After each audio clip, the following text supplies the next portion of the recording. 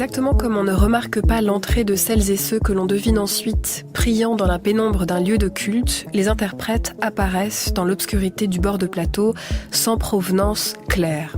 Ils forment peu à peu une micro-foule dansante dont les gestes défient l'écoulement linéaire du temps.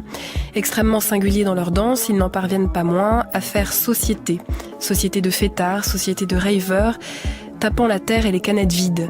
Ils suent, se touchent, se regardent le ciel, embrassent le paysage invisible de la musique jusqu'à la transe et l'épuisement. Des histoires les étreignent, des petits contes ultra scandés les irriguent en sous-texte et parfois une des silhouettes se distingue, attire notre regard plus qu'une autre. Est-il l'élu ? Est-elle la sacrifiée ou les deux ? Votre dernière création Crowd se joue en ce moment au Théâtre des Amandiers à Nanterre jusqu'au 16 décembre dans le cadre du Festival d'automne, avant une tournée qui vous mènera entre autres à Bruxelles, Grenoble, Rennes, Mulhouse, Vienne et Berlin, entre autres, on a bien dit. Bonsoir Gisèle Vienne. Bonsoir. Merci beaucoup d'être là. Il y a de plus en plus de jeunes qui écoutent de la techno qui vivent dans les rêves. Si tu vas dans les rêves, tu vois la moyenne d'âge maintenant c'est 15-17 ans. Et nous à côté qui commençons à rentrer dans la trentaine, on passe presque pour des vieux cons quoi. Mais bon. Et puis on a quand même toute une. Je crois que t'as les deux pôles, t'as 15-17 et puis t'as notre âge à nous, 28-30, anciens que cons, qui avons un peu déliré destroy. Je crois tu trouves beaucoup de gens comme ça aussi, tu vois, dans le mouvement. Il y a tous les jeunes qui arrivent un peu de la banlieue, bon, qui sont un peu désabusés, qui se reconnaissent pas vraiment dans les styles musicaux actuels, parce que pour eux, le style français, il y en a pas, la variété française, alors ils détestent. La musique écoutée leurs parents, c'est carrément has-been, le rock'n'roll, ils connaissent pas. Eux, ils veulent ce genre de musique violente, puissante, mais qui peut t'emporter aussi sur des rythmes et des mélodies avec des voix totalement différentes, tu vois. Il faut qu'on retrouve un peu nos racines, réapprendre justement à communier tous ensemble, à rester tous ensemble autour d'une musique, d'un mouvement, d'un pôle, d'une idéologie. On parlait des tribus, je veux dire les gens simplement, le fait de faire un feu ou de chanter ensemble, de se réunir tous ensemble pour véhiculer, même sans mots, tu vois, ne serait-ce que s'envoyer des vibrations et de communier, de partager tous ensemble des choses. Nous, je crois que c'est vraiment avec Manu, c'est ce qu'on a envie d'essayer de faire ce soir. Tu auras des Français, des étrangers, des Allemands, des Américains, tu vois. Ça serait génial, je veux dire, si tout le monde arrivait à vibrer, tu vois, à l'unisson sur les mêmes trucs, à retrouver les communications un peu ancestrales par le geste, par la danse, par le rituel. Gisèle Vienne, on commence par cet extrait d'un documentaire de 1993. C'est un extrait des Nuits magnétiques consacré aux rêves.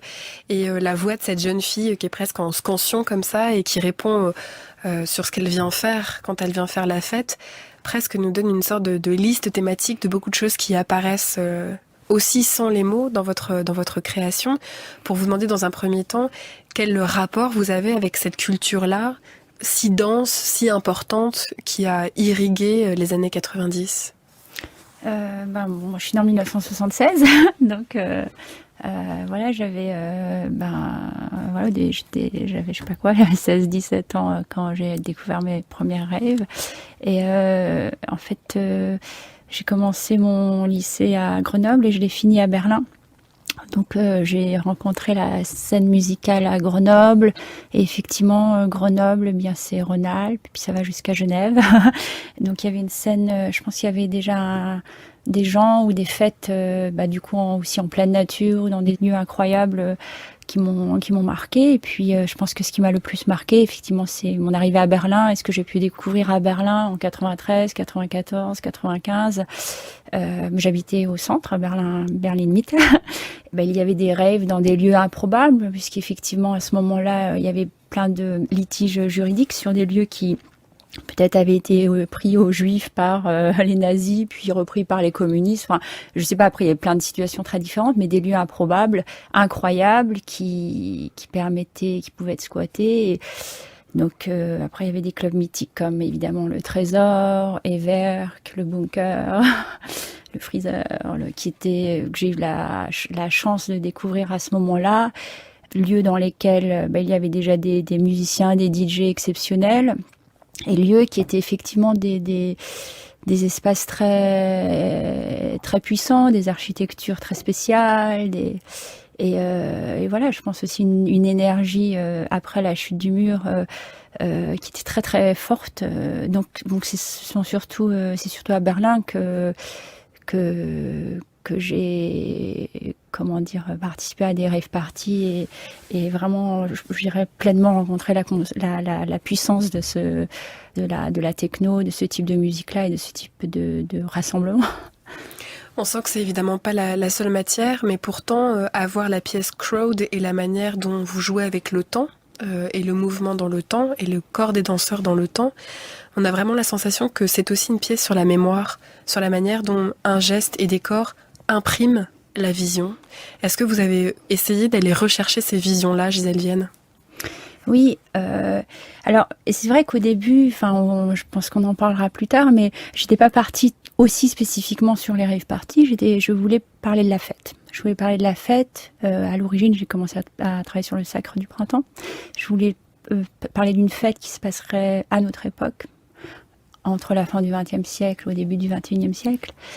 Je ne suis pas anthropologue, sociologue, donc il me semblait plus pertinent de faire référence à quelque chose qu'au moins j'ai éprouvé et traversé en tant que témoin, donc pas en tant que scientifique, mais au moins en tant que témoin de certaines choses. Donc effectivement, j'ai ma mémoire de ce que j'ai vécu à ce moment-là. Cette pièce est traversée de la mémoire de plein d'autres choses. C'est une pièce, je dirais, hypersensible, c'est plutôt ma mémoire sensible, ma mémoire affective, ma mémoire amoureuse, c'est ma mémoire sensible en fait qui imprime, qui traverse cette pièce. Et effectivement, on joue sur, je pense que pour moi, ça a été une des expériences particulièrement excitantes dans la construction de cette pièce, c'est la superposition des temps. Bon, je dirais qu'on superpose toujours au minimum 3 temporalités différentes. La temporalité de la lumière, réalisée par Patrick Rioux, qui est effectivement vraiment la lumière du temps. On traverse 10 ans, on traverse 15 ans, on traverse 3 jours, on traverse 3 minutes, le temps est dilaté. On joue vraiment effectivement la lumière est musique et chorégraphie et temps, autant que la chorégraphie et la musique. Et évidemment le temps des interprètes. Évidemment, il y a le temps marqué, c'est-à-dire les vêtements rappellent peut-être les années 90, mais en même temps... Comme il y a un gros revival des années 90. Voilà, donc ça peut être tout à fait 2017 aussi. Puis j'ai pas voulu être trop... après, il y a des détails, on s'est dit on va pas mettre de portable, par exemple. Il n'y a pas de téléphone portable, qui peut être une bizarrerie pour 2017. Le temps du mouvement, c'est-à-dire qu'on est sur du mouvement retouché, mais retouché... on n'est jamais dans une imitation, on est vraiment toujours dans un mouvement retouché mais ressenti. C'est-à-dire que quand on est au ralenti ou quand on répète un mouvement, on est quand même les interprètes sont dans un rapport très sensible. Dans le fond, le temps est dilaté, mais dilaté de différentes manières dans la pièce. Donc effectivement, il peut y avoir des ralentis, des boucles progressives, des arrêts, des saccades, on a ça peut rappeler effectivement les effets spéciaux qu'on peut trouver au cinéma ou les effets de montage. Ou les flashs de mémoire. Et effectivement, au final, pour moi, c'est un temps ressenti. C'est-à-dire que c'est effectivement et c'est ce qui est très beau dans le spectacle vivant, c'est-à-dire qu'effectivement, en plus, on est en temps réel. Les spectateurs voient la situation en temps réel, puisqu'on est face à des interprètes qui sont effectivement là. Et pourtant, on est dans un temps ultra subjectif, ultra ressenti. Et ce qui est très beau, c'est quand quelque chose nous marque, comment est-ce que 5 secondes peuvent passer comme 5 minutes, comment est-ce que 3 heures peuvent passer comme 2 secondes, donc c'est ce temps ressenti qui n'a pas l'objectivité d'une montre, mais qui effectivement a la temporalité de la sensation. Et le temps de la musique. Donc la pièce est traversée par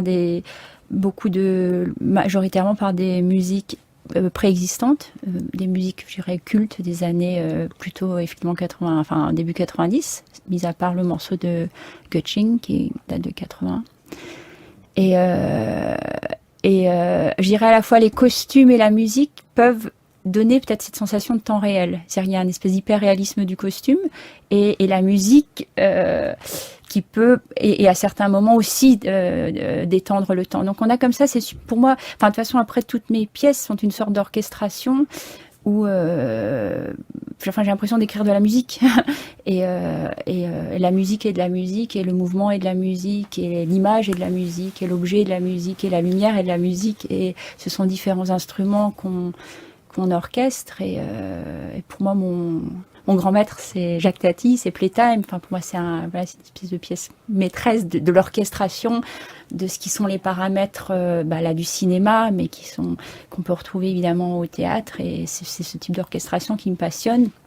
Et le jeu et les jeux avec le temps la possibilité de travailler avec le temps est extraordinaire quand on joue vraiment l'orchestration de ces différents paramètres. Et qui prend peut-être une signification encore plus singulière parce que ce que nous donne à voir les corps sur le plateau, c'est beaucoup de jeunesse. Donc aussi un temps du début, une force de temps qui est vraiment à l'initiative, quoi, dans une forme d'élan. C'est pas tout le temps qu'on se fait la remarque au moment du salut de se dire comme ils sont jeunes. Non mais c'est vrai.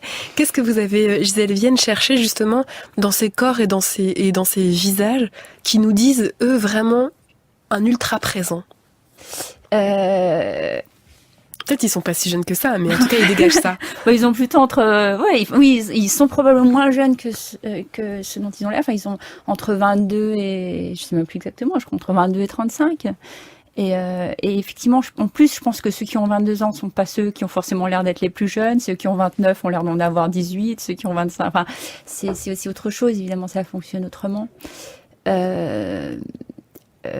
Pour autant, est-ce que vous êtes d'accord sur le fait qu'il dégage ça? Oui. Non seulement il dégage ça, et en plus, je dirais, ça a été travaillé en ce sens. Donc, c'est tout à fait intentionnel. Et je voulais avoir un groupe de gens très jeunes et qui aient l'air encore plus jeunes.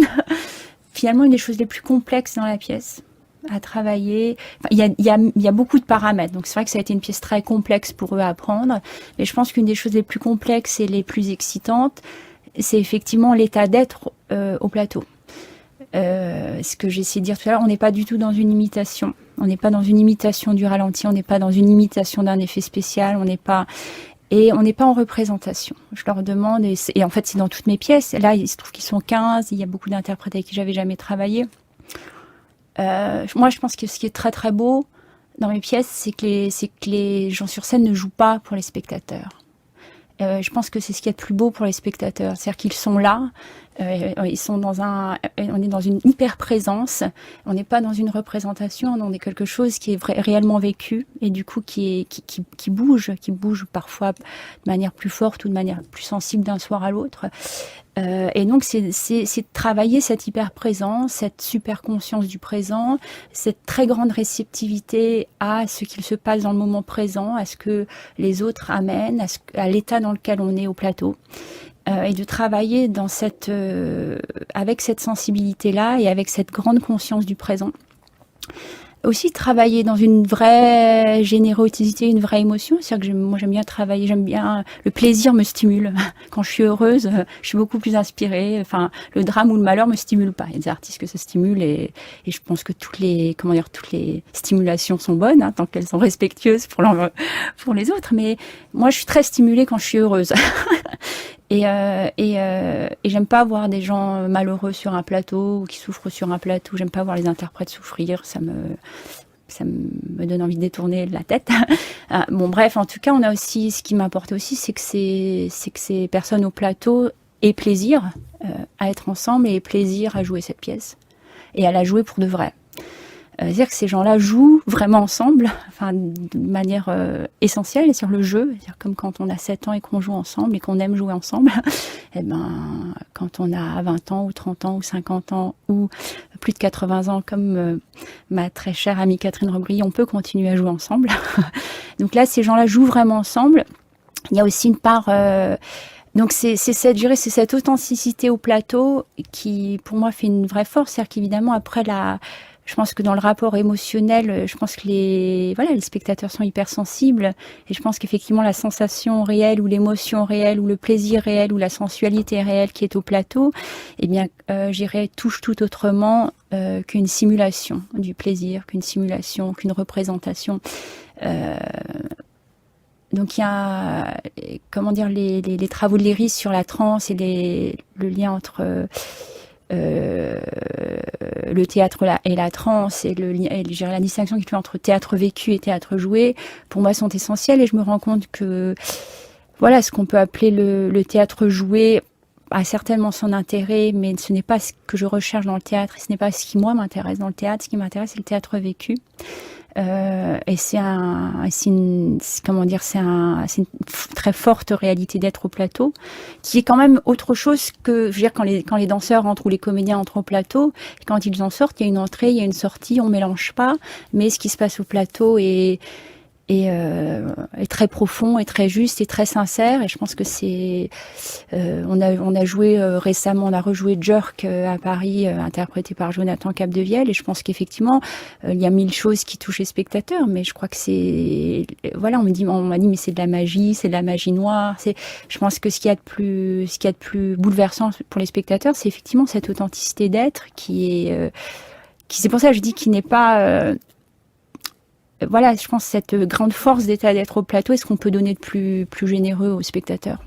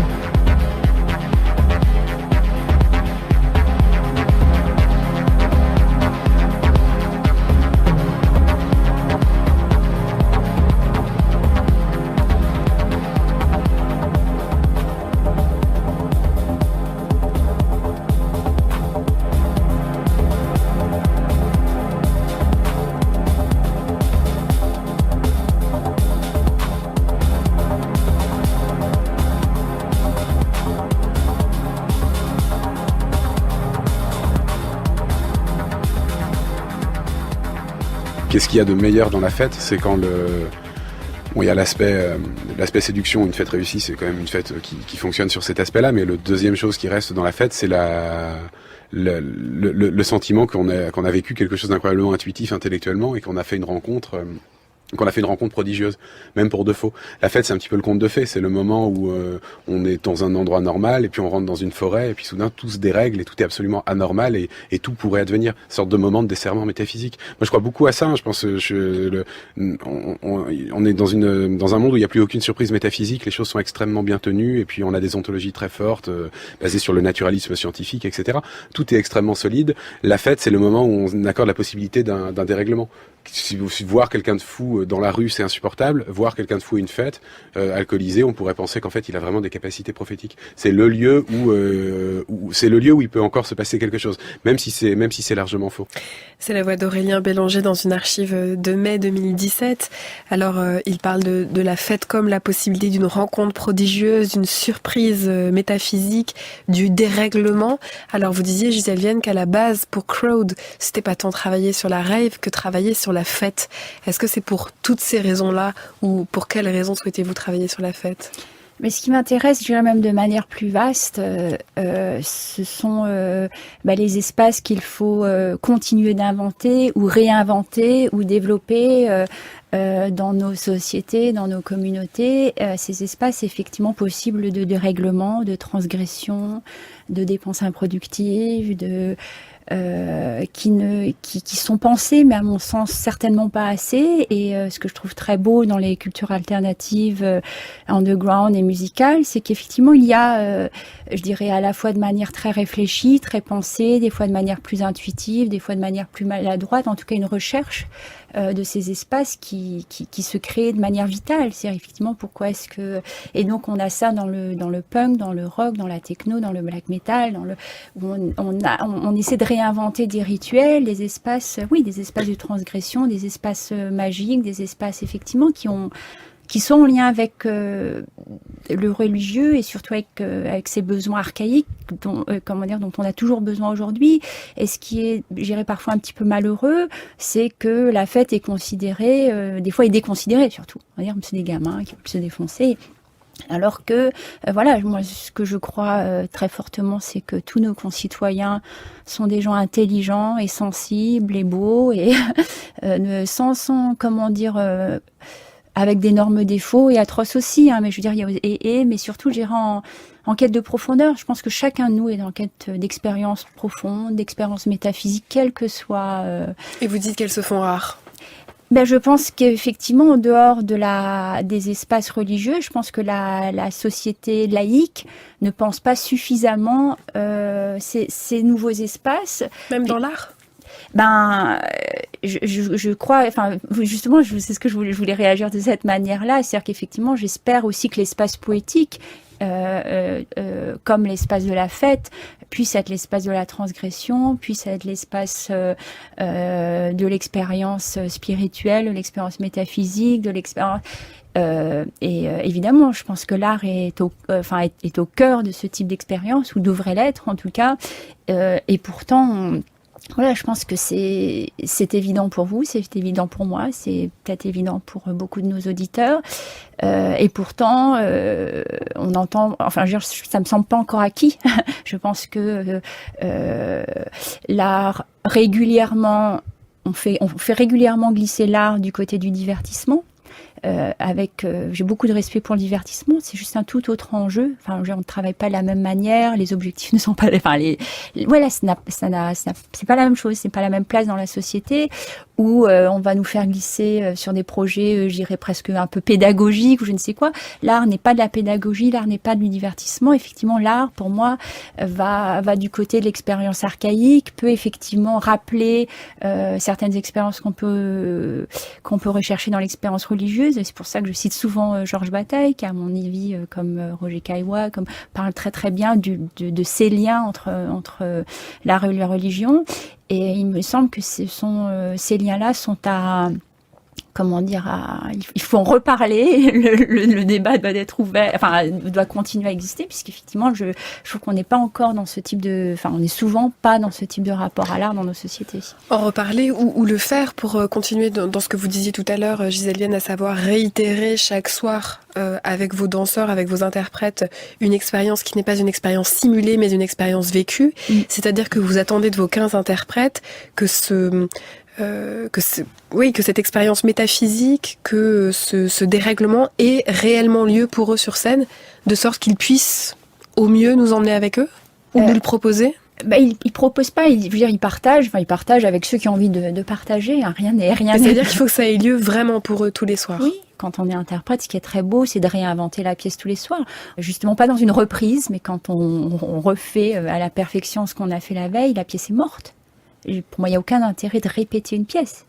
Si elle n'est pas réinventée, si elle n'est pas retraversée, revécue tous les soirs, c'est pas du spectacle vivant. Pour moi, c'est du spectacle mort.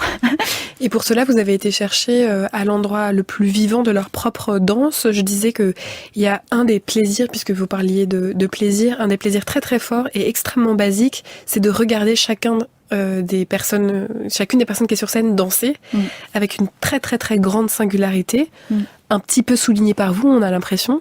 Est-ce que vous êtes allé chercher chez chacun, leur danse? Oui, alors c'est-à-dire que c'est une pièce qui est faite aussi sur mesure et dans cet état d'être au plateau, c'est-à-dire qu'effectivement il y a une grande sincérité, ils sont eux, et en même temps il y a aussi la fiction, on joue. Mais on joue à quelque chose. Pour ça, je dis des fois, ça me fait penser, voilà, quand on a 7 ans et qu'on joue à quelque chose, même si on joue à un personnage, on est dans une fusion, dans un plaisir de ce jeu qui est très intime. Et pourquoi est-ce qu'on aime plus jouer ça, ou est-ce qu'on aime plus jouer ce type de personnage-là ou ce caractère-là? Donc, il y a effectivement quelque chose. Quand il y a de la fiction, c'est la fiction. Il y a de la fiction. C'est la fiction qui leur est proche. C'est la fiction qu'ils aiment jouer. C'est la fiction qui leur fait plaisir. Donc, voilà, ça a été chaque personnage a été pensé sur mesure et les costumes font évidemment partie des personnages. Et on a travaillé avec Dennis Cooper et les interprètes en collaboration sur ces histoires qui sous-tendent la pièce, sur ces personnages et ces histoires qui sous-tendent la pièce. Donc, je dirais que ils sont 15 sur le plateau, chaque personne amène avec elle toute une vie, tout un roman. Donc on a textes qui ont été écrits par Dennis Cooper, par les interprètes, ont été développés et donc qui ont été je pense ce qui est très beau dans ce qui m'intéressait, c'était de mettre en scène le groupe et de mettre en scène l'individu. D'ailleurs, ce qui est très beau aussi, je trouve, dans les rave parties, c'est cette espèce un peu aussi, parfois, de dissonance. Enfin, de toute façon, les humains sont toujours dissonants, mais je veux dire, même parfois dans les styles ou dans les utopies ou dans les... ce que je trouve très beau, que j'ai essayé de montrer aussi dans The Ventriloquist Convention, ma précédente pièce, c'est comment un groupe peut faire groupe avec des individus extrêmement dissonants. Comment est-ce que la dissonance peut être harmonieuse? Je sais pas. Donc oui, j'ai voulu peut-être accentuer la dissonance et la différence entre ces individus. En allant chercher leur propre rapport à la danse, leur propre rapport à la fête. Alors parce qu'il y a la danse qu'ils savent, parce qu'ils sont interprètes, parce qu'ils sont danseurs. Et puis il y a la danse qui est la danse de la fête, qui est pas exactement la même. Là, vous les réunissez d'une certaine manière. Oui. Oui. Et ben après, voilà, c'est vrai que sur les 15-14 sont des danseurs professionnels. Donc, des fois, il faut réapprendre à danser comme des danseurs qui ne sont pas, comme des gens qui dansent, justement, qui ne sont pas des danseurs. Hein, et ce qui peut parfois ne pas être évident pour un danseur.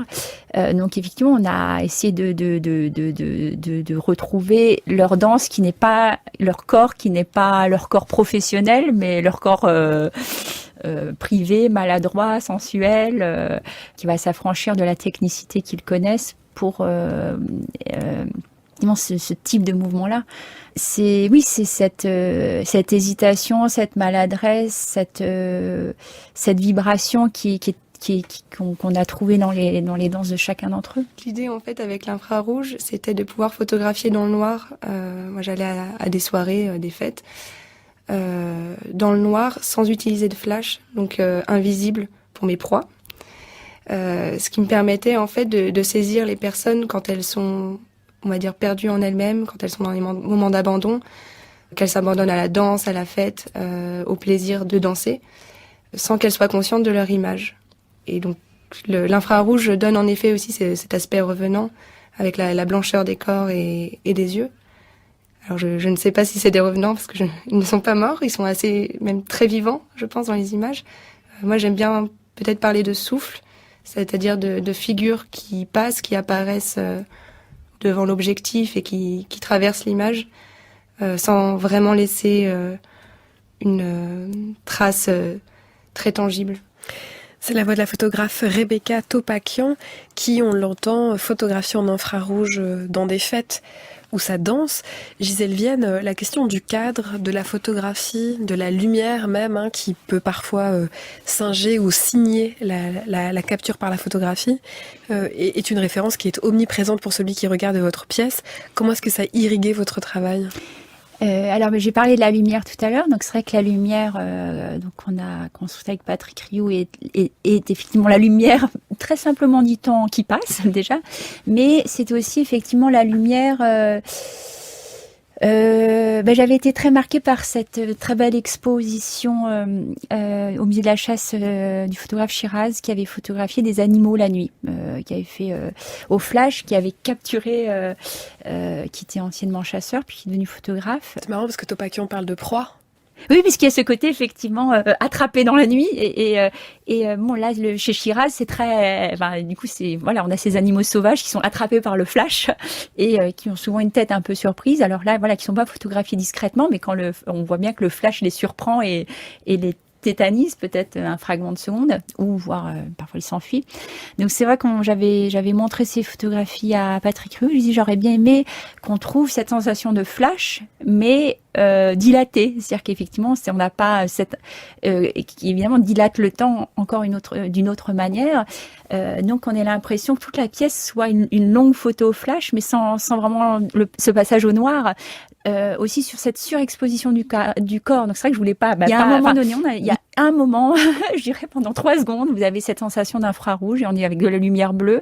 Donc là, peut-être qu'on retrouve un type de photographie de nuit infrarouge, mais sinon, effectivement, on est sur ce qui est très beau, sur ces surexpositions des corps photographiés la nuit. Donc c'est vrai que ces photos de nuit, les corps sont fluorescents presque. Oui, ou ils sont brillants parce que le flash les écrase, enfin les brûle. Donc j'avais envie d'avoir aussi cette intensité lumineuse des corps brûlés par les flashs.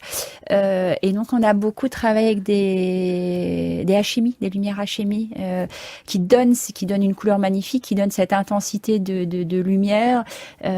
Qui me rappelle aussi d'autres lumières que je trouve très excitantes, qui sont les lumières qu'on peut trouver dans les stades de foot ou dans ces lieux qui sont je parle de stades de foot et j'y vais très rarement, mais j'ai eu la chance de pouvoir aller au Parc des Princes l'année dernière, voir PSG contre Rennes. Et il pleuvait un peu et c'était magnifique. Et ce que j'ai trouvé magnifique, c'était la lumière, c'était l'acoustique, c'était les sons des voix. Là, je trouvais l'acoustique magnifique et la brillance du gazon. Et alors que voilà, c'est vrai que je m'intéresse pas trop au foot. Alors c'est peut-être pas ça ma deuxième. J'ai même pas été très épatée. Je trouvais que les footballeurs bougeaient pas très rapidement. Enfin, j'ai pas trouvé leurs prestations très épatantes. Mais vous avez trouvé ça beau. Mais j'étais captivée pendant 2 heures. J'étais surexcitée. Et pour moi, la lumière et le son et le gazon et la brillance m'ont mis dans un état d'excitation. Évidemment, alors l'excitation contagieuse des autres spectateurs qui, eux, devaient être beaucoup plus intéressés par ce qu'ils voyaient, m'a excitée. Il y avait des Brésiliennes derrière qui étaient complètement survoltées, les fans. Donc évidemment, c'est contagieux, juste la contagion de l'excitation du groupe. Donc c'est vrai que ce sont des lumières, les HMI rappellent un peu ces lumières-là, ce sont des lumières qu'on utilise beaucoup au cinéma pour faire des scènes de nuit, qui sont des lumières vraiment magnifiques et très, très brillantes et qui effectivement, je dirais d'une certaine manière, il y a cette espèce de... Moi, je trouve que c'est ce double rapport, c'est à la fois ce côté un peu brut du flash et en même temps ce côté sublimé du corps brillant et lumineux. Pour poursuivre sur la question de la photographie et de la lumière, Gisèle Vienne, j'ai essayé de décrire la manière dont vos interprètes rentrent en scène. Comment l'avez-vous travaillé ? Eh bien, on a, comment dire, alors voilà, tout le début de la pièce est effectivement assez ralenti, mais voilà, pour les auditeurs qui n'ont pas vu la pièce, on n'est pas du tout dans une imitation de ralenti, on est dans un état d'être au plateau qui est très spécial, et ça c'est, je dirais une des pratiques principales sur la préparation pour ce type d'état d'être, c'est la méditation. Je pense qu'effectivement, on a fait beaucoup de méditation qui permet d'être vraiment dans un état de présence très sensible, très. Donc effectivement, c'est par la méditation qu'on arrive à trouver ce type d'état d'être au plateau. Pourquoi ça vous fait tant rire ? Parce que c'est drôle. Non, je pense qu'il y a des. Comment dire ? Je pense que ce sont les contradictions qui me font rire, parce que je crois que... Parce qu'on n'associe pas nécessairement la rave, la danse, la musique techno à la méditation, c'est pour ça ?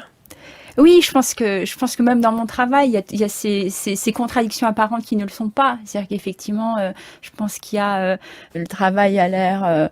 parfois hyper violent, avec des sujets qui peuvent être assez sombres. En même temps, pour moi, je pense que c'est un travail hyper jubilatoire, qui est effectivement la découverte de nos limites, mais de manière extrêmement jubilatoire. Enfin, voilà, je parle souvent de sport extrême, donc pour moi, il y a cette espèce de sport extrême dans le travail.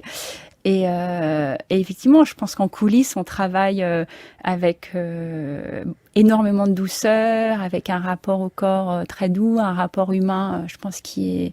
Enfin, ce qui m'importe le plus, c'est que les rapports humains soient intelligents dans le processus de travail, avec beaucoup de plaisir. Et puis moi, il y a beaucoup de choses qui me font rire. Je trouve mon travail très drôle. Alors, c'est vrai que tous les spectateurs ne le trouvent pas. Il y en a qui le trouvent.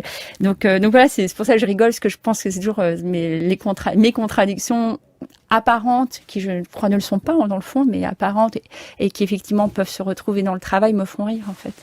Quand vous parlez de méditation, ça rend peut-être encore plus clair la manière dont justement la frontière ne l'est pas entre le début du plateau, vraiment le moment où ça commence, où on est dans votre pièce, et cette espèce d'endroit un peu mystérieux d'où ils sortent, parce qu'à un moment donné, on prend juste acte de leur présence. Vraiment au tout début de la pièce, quand tout le monde entre, il y a juste... À un moment donné, on dit « Ah tiens, en voilà un autre, et en voilà une autre, et en voilà une autre ». Vraiment quelque chose qui fait que, d'un seul coup, ils sont là. Alors, je vais vous répondre. Je voulais juste dire peut-être une autre parenthèse que je trouve pas si inintéressant aussi par rapport à la fête, mais de manière générale.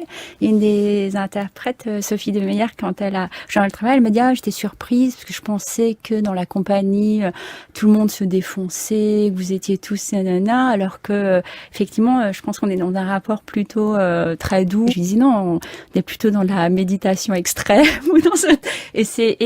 Et voilà, j'en parle parce que je trouve que c'est intéressant, parce que je trouve que voilà, on arrive à aller dans des endroits extrêmes justement parce que on n'est pas dans un rapport d'autodestruction, parce qu'on n'est pas dans un rapport ultra violent aux autres, mais parce qu'on est dans un rapport, je pense, hyper doux, ultra respectueux. Et moi, j'ai un mode de vie, mis à part ma folie créatrice, je veux dire, très sain. Et ce qui me permet d'aller beaucoup plus loin, et ce qui permet d'aller beaucoup, je dirais, si on va dans ces zones extrêmes, pour ça je parlais rapidement de Catherine Rebrier tout à l'heure, ou Dennis Cooper, qui sont des gens qui ont l'impression vont comment dire, dans des zones extrêmes, intellectuelles, sensibles, et je pense qu'on peut aller dans ces zones extrêmes, justement, quand on est dans un rapport très respectueux, très doux, quand on est en confiance, je pense qu'on peut effectivement aller beaucoup plus loin, artistiquement, humainement, que si on est dans un rapport brutal, violent, autodestructeur, où je pense qu'à mon avis, on bute beaucoup plus tôt, on rencontre des limites beaucoup plus tôt. Donc par rapport à l'entrée, j'y pense en fait à chaque pièce. Je pense que c'est peut-être très... Il y a un type de théâtre que j'adore, c'est le théâtre No, le théâtre japonais, où j'ai eu la chance de découvrir ça il y a 10 ans en passant quelques mois à Kyoto. Pour moi, il y a aussi quelque chose de comment dire, j'ai l'impression qu'on s'accorde quand une pièce commence, les spectateurs, les interprètes s'accordent. On arrive avec plein de rythmes différents. On arrive dans le théâtre avec des rythmes différents. On est comment dire, désaccordés, comme plein d'instruments désaccordés. Et souvent, et je trouve que c'est très fort dans le théâtre No, où effectivement on traverse un sas et on s'accorde à un rythme qui n'efface pas nos propres rythmes, mais effectivement il y a un rythme qui est le moment où les instruments s'accordent.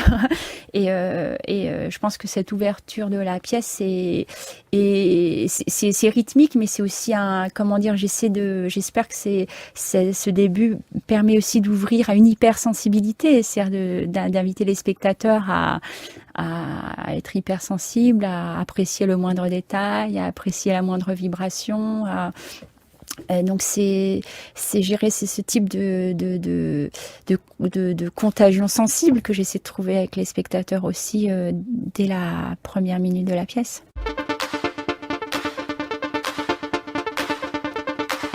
Par les temps qui courent, Marie Richeux.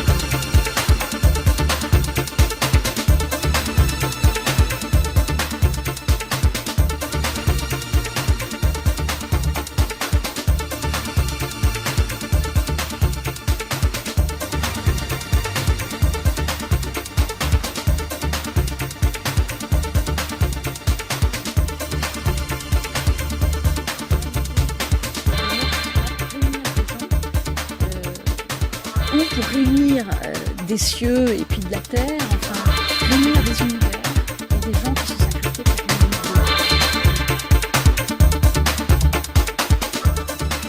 même l'idée qu'il y a des morts qui sont là pour réunir des gens,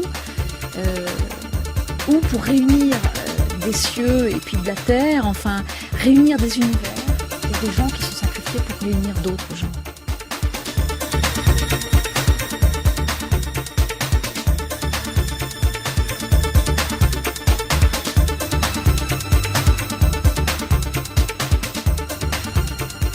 Il y a quand même l'idée qu'il y a des morts qui sont là pour réunir des gens,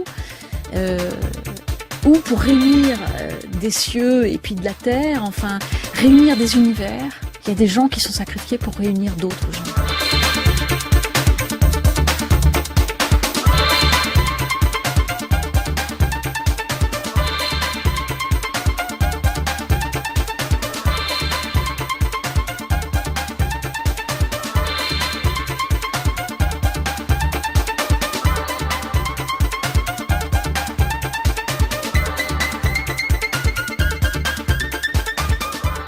La voix de Dominique Brun qui joue avec The Illuminator de Underground Resistance.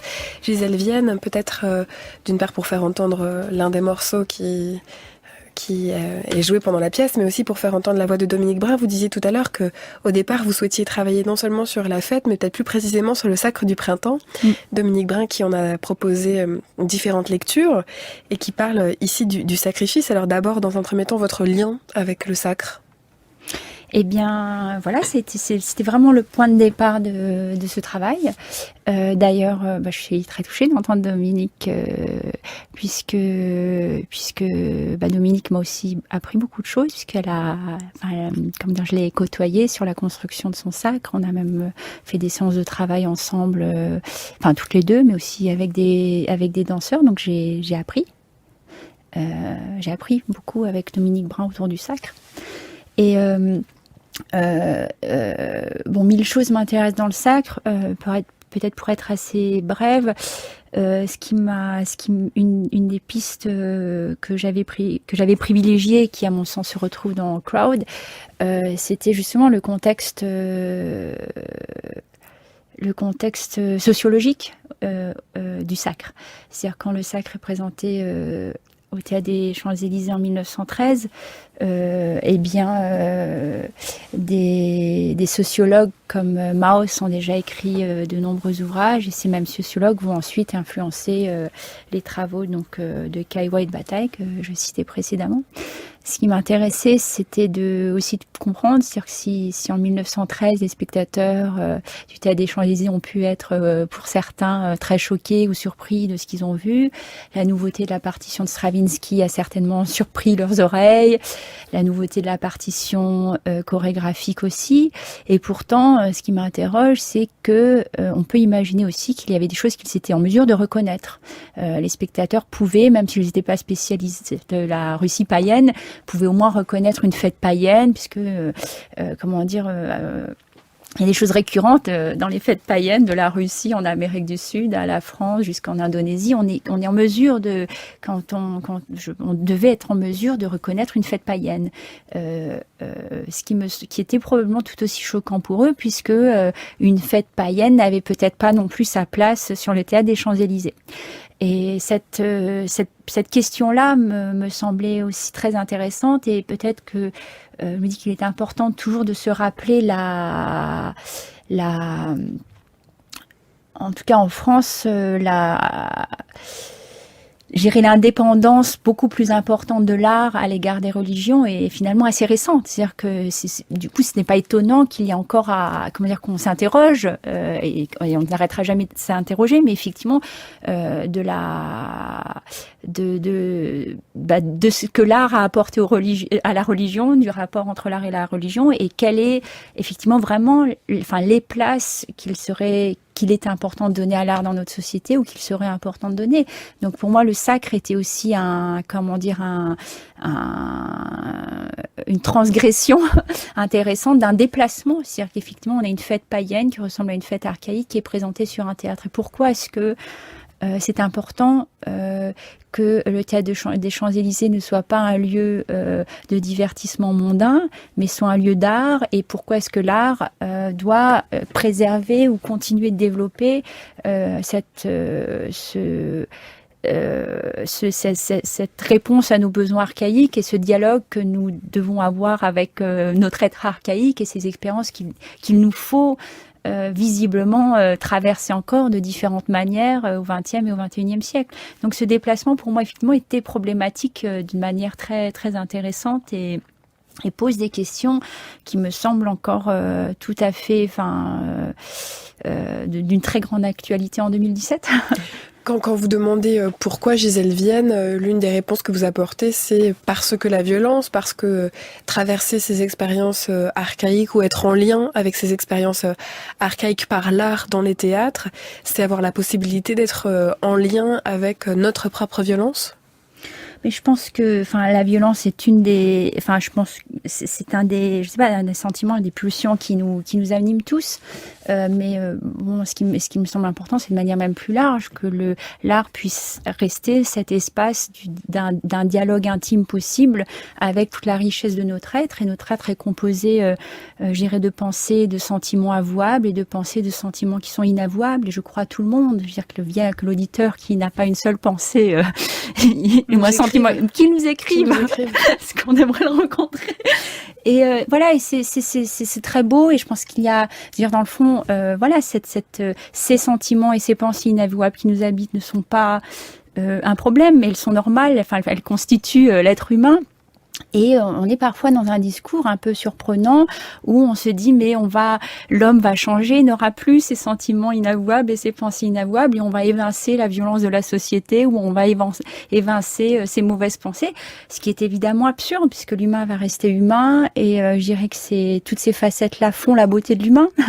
La question pour moi est plutôt de savoir comment est-ce que l'humain peut épanouir peut déjà dialoguer avec ce qu'il est en toute honnêteté et comment est-ce qu'effectivement c'est ce qui l'anime peut s'épanouir sans mettre en péril la communauté, sans être dans un rapport irrespectueux à l'autre. Donc effectivement, je pense que l'expérience artistique, l'expérience de la fête, de tout temps, les rituels ont été aussi créés, construits pour répondre à ça. Donc c'est vrai qu'on est je pense, dans un rapport assez confus à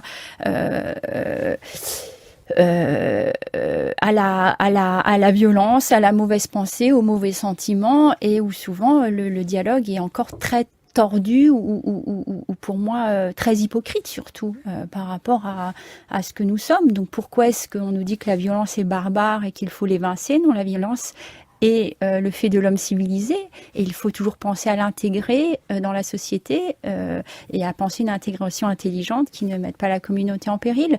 Puisque vous parlez de communauté, Gisèle Vienne, Dominique Brun propose l'un des fils de lecture pour le Sacre du Printemps, à savoir l'idée d'un sacrifice pour que le groupe se réunisse.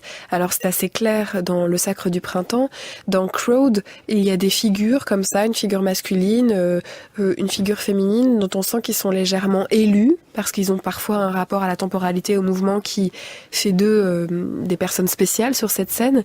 Et en effet, on peut aussi imaginer dans les narrations qui sous-tendent votre pièce qu'ils sont sacrifiés. Est-ce que c'est aussi quelque chose que vous souhaitiez travailler avec cette pièce-là, Gisèle Vienne? Oui, alors dans Crowd, en fait, je dirais la dramaturgie du sacre est encore là, et des thématiques du sacre sont encore là. C'est vrai que je ne le cite pas dans le programme, ni j'irai dans ce qui se dit autour du spectacle, comme la référence est si forte. Je ne alourdir notre rapport à ce qui Oui, se c'est passe. juste que je ne souhaite pas que le spectateur se dise bon, je vais aller voir le sacre et effectivement, on s'en est quand même très éloigné. La référence est trop forte, mais c'est pas un secret. Enfin, ça a été vraiment la matière de départ. Et effectivement, il reste aussi l'idée du sacrifice, le rapport à l'élu. Donc effectivement, ça c'est développé de différentes manières dans Crowd. Oui, on s'est réunis. Dans Crowd, ce qui m'intéresse beaucoup, c'est qu'on a un groupe qui regarde un groupe. et la question dans un seul sens d'ailleurs. Le seul groupe du public regarde les groupes de danseurs, ou vous diriez que ça va dans les deux sens? Non, ça va dans ce sens-là. Après, effectivement, par exemple, sur les scènes qui peuvent rappeler des scènes de sacrifice, on a les deux groupes qui regardent, qui regardent effectivement ce qu'on pourrait appeler une scène de sacrifice. Et voilà, donc quand on parle, ce que je trouve très important aussi, c'est de nuancer, c'est-à-dire qu'on est, par exemple, si on parle de violence. On est dans la représentation de la violence, on est dans la représentation de la transgressivité, on est dans la représentation du mauvais sentiment, on est dans la représentation de l'interdit. Alors sur Crowd, ça peut être plus trouble, mais par exemple, j'aime bien prendre l'exemple de Jerk. Jerk est une histoire abominable d'un serial killer. C'est une de vos anciennes pièces. C'est une de mes anciennes pièces, oui. Et alors là, je dirais que c'est très clair. Quand les spectateurs viennent, ils savent qu'ils vont voir une histoire abominable d'un serial killer. Je veux dire, là, on a un contenu très précis. Dans Crowd, on peut ne pas savoir ce qu'on va voir. Ou on se dit, bon, c'est un lien avec les rave parties, mais ça peut être un peu trouble. Pourquoi est-ce qu'on va voir le spectacle de l'horreur ou le spectacle de la transgression ou le spectacle de la violence? Et effectivement, je pense qu'il y a une cohésion autour et qu'il est beau de pouvoir partager. Je pense qu'il est beau de pouvoir avoir ce dialogue. C'est ce que je trouve très beau au théâtre, c'est qu'effectivement il y a à la fois ce dialogue intérieur, c'est-à-dire que je suis en dialogue en tant que spectateur, je dialogue intimement avec l'œuvre qui parle avec mon intimité. Cette œuvre est mienne. Et en même temps, comment dire, il y a effectivement ce rapport social du groupe. C'est-à-dire, je suis avec 300, 400, 600 spectateurs. Et il y a aussi parfois un partage d'émotions où on regarde quelque chose ensemble. Et se regarder quelque chose ensemble, regarder le spectacle du sacrifice ensemble me semble aussi probablement très bénéfique pour les groupes sur le plateau, le groupe. Parce que ça opère aussi une réunion. Regardez le sacrifice dont Dominique Brun disait qu'il était l'un des vecteurs d'une réunion. Vous diriez que être spectateur et regarder cette représentation du sacrifice potentiellement fait communauté, nous réunit, nous. Oui, enfin je l'espère en tout cas, ou je pense que c'est possible. Et en tout cas, si ça opère, si cette communion opère, effectivement, je pense que ce sont des choses aussi d'un point de vue psychologique, social, très importantes dans nos sociétés. Il y a aussi je veux le citer parce que je trouve son travail très intéressant et en même temps je veux pas me l'approprier parce que comment dire, ces textes m'ont beaucoup intéressée et je dirais que mon travail n'est pas du tout ni une illustration ni une compréhension pleine de son travail qui me dépasse largement, mais c'est un chercheur en psychologie qui s'appelle Bernard Rimet qui, avec d'autres chercheurs d'ailleurs à travers le monde, s'intéresse beaucoup sur le partage social des émotions. Et donc il a écrit un livre que je trouve très important qui s'appelle Le partage social des émotions au PUF, qui me semble en tout cas ouvrir tout un tas de questions, mais aussi des réponses aux mots contemporains et effectivement à la nécessité et ouverture de la cohésion sociale et à la nécessité de la compréhension plus intime de ce que sont les émotions, comment est-ce qu'on les partage, comment est-ce qu'elles circulent. J'étais très surprise en le rencontrant, en lisant ses livres, en échangeant avec lui, de comprendre que ses études sur les émotions sont finalement assez récentes, elles n'ont que quelques décennies. Et c'est quelque chose, voilà, d'une toute autre manière. Voilà, encore une fois, moi, je suis pas scientifique, je suis pas chercheur, mais je pense que c'est aussi quelque chose de très, comment dire, il y a un rapport aussi très intéressant à l'émotion dans le spectacle vivant ou même dans l'art contemporain. C'est-à-dire qu'il y a un rapport suspect, c'est-à-dire que l'émotion dans la création contemporaine est suspecte parce qu'effectivement, on peut se dire l'artiste manipule les spectateurs avec l'émotion, ou un rapport plus soit putassier, soit commercial, c'est-à-dire on séduit on séduit les spectateurs avec les émotions, ce qui fait qu'il y a beaucoup de réticence, je crois, dans la création contemporaine à travailler avec l'émotion, ou travailler dans l'expérience de l'émotion. Et ce sont effectivement des suspicions, je dirais, légitimes. Je trouve que c'est quelque chose qui est très délicat, le travail avec l'émotion. Et pourtant, il est pour moi très important que la création contemporaine avec cette méfiance, ne s'affranchissent pas de la question, des questions autour des émotions, et qu'effectivement, je pense qu'il est très important que l'on comprenne toujours mieux ce que sont les émotions, parce que d'une certaine manière, évidemment, il y a beaucoup de choses que je comprends pas autour de moi, et il y a beaucoup de comportements en général, les comportements que je ne comprends pas, j'arrive à les comprendre à travers l'émotion. C'est-à-dire, je pense que ce qu'on essaie d'expliquer parfois d'un point de vue rationnel ne tient pas la route, certains comportements politiques ou humains. Et effectivement, je comprends à travers une interprétation émotionnelle pourquoi certaines personnes peuvent se comporter d'une manière qui me semble folle ou inadmissible, ou à travers l'émotion. Donc j'ai l'impression, pour moi, cette connaissance beaucoup plus approfondie de l'émotion par chacun de nous, de nos comportements émotionnels, sont pour moi des clés très importantes de lecture, de compréhension. Voilà, et je trouve que bizarrement, pendant longtemps, j'avais beaucoup de peine quand la politique et l'émotion étaient mêlées, ce qui est quand même quasiment toujours le cas aussi, par cette, en disant, on manipule à travers l'émotion, et en même temps, il y a toujours de l'émotion dans un discours politique. Mais voilà, je pense qu'il y a cette émotion manipulatrice, mais il y a aussi cette émotion qui permet de communiquer des choses. Et effectivement, je ne veux plus la critiquer, mais je veux l'embrasser, je veux la comprendre. Pour mieux comprendre ce qui m'entoure.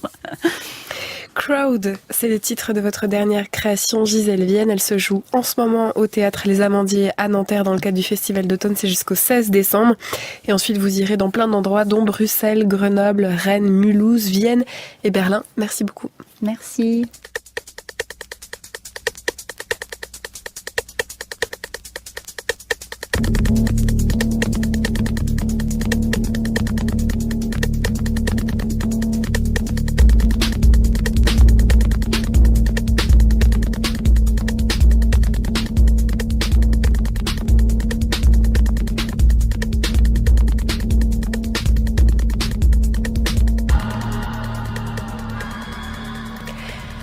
Par les temps qui courent, où aller danser ce soir?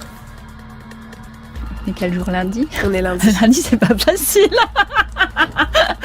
Lundi, je dirais à la maison. J'adore danser à la maison. Par les temps qui courent, on accélère ou on ralentit? Moi, je pense que le ralenti est certainement ralentissons. Et par les temps qui courent, un morceau de musique pour le petit matin? Alors moi, je suis complètement obsédée par Scott Walker, donc je sais pas, il y en a plein. Peut-être Copenhague.